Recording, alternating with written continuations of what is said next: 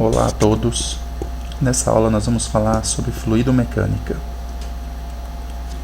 Nós sabemos que as substâncias podem existir em 3 estados físicos: sólido, líquido e gasoso.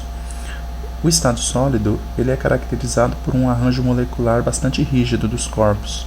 Nesse caso, o corpo mantém sua forma, independente do local onde ele está equilibrado. Já no estado líquido, o arranjo molecular das substâncias é mais flexível e ela adquire a forma do recipiente onde se encontra, atraída pela gravidade, obedecendo às regras da fluidomecânica. Por exemplo, se a gente colocar um pouco de água dentro de um recipiente cilíndrico, ele vai adquirir a forma cilíndrica do recipiente. Da mesma forma, se for um recipiente mais quadrado, ele vai obedecer essa forma do recipiente, porque ele se molda ao recipiente. O arranjo molecular das moléculas é flexível. E no estado gasoso é mais flexível ainda, o arranjo molecular é quase livre, e nesse caso as moléculas do corpo quase não se atraem. A substância tem movimentos bastante complexos, porque nós temos movimentos livres das partículas que compõem os corpos, ou seja, as moléculas.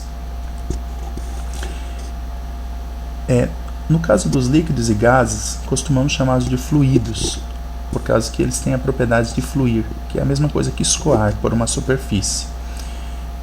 Por exemplo, podemos falar do café passando por um funil ou o mel escorrendo de um favo.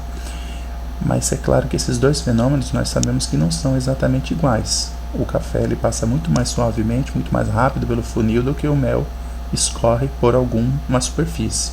Por que isso ocorre? Por causa dessa propriedade, chamada viscosidade. A viscosidade é a medida de resistência que um fluido tem ao escoamento. Por exemplo, o mel ele é mais viscoso que o café, por isso que ele resiste mais ao escoar.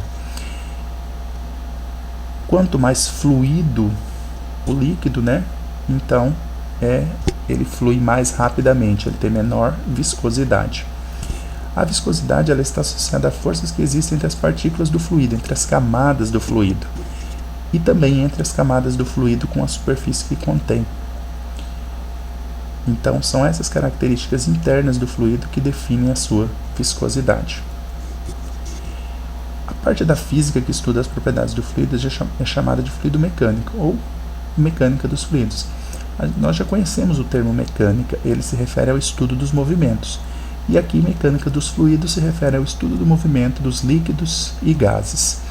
Grande parte do nosso curso será destinada a estudar líquidos, como água, a chamada hidrostática e hidrodinâmica, mas as propriedades, na maioria dos casos, valem também para outros tipos de fluidos, no caso os gases.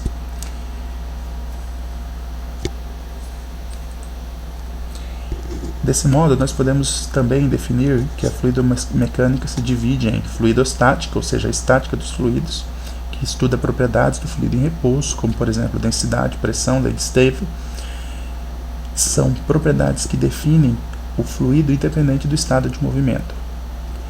E temos a fluidodinâmica, ou dinâmica dos fluidos, que estuda as propriedades de movimento e escoamento dos fluidos.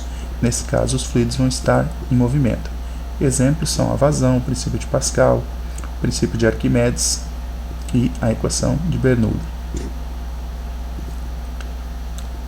Na próxima aula, continuaremos então com a parte de fluidostática.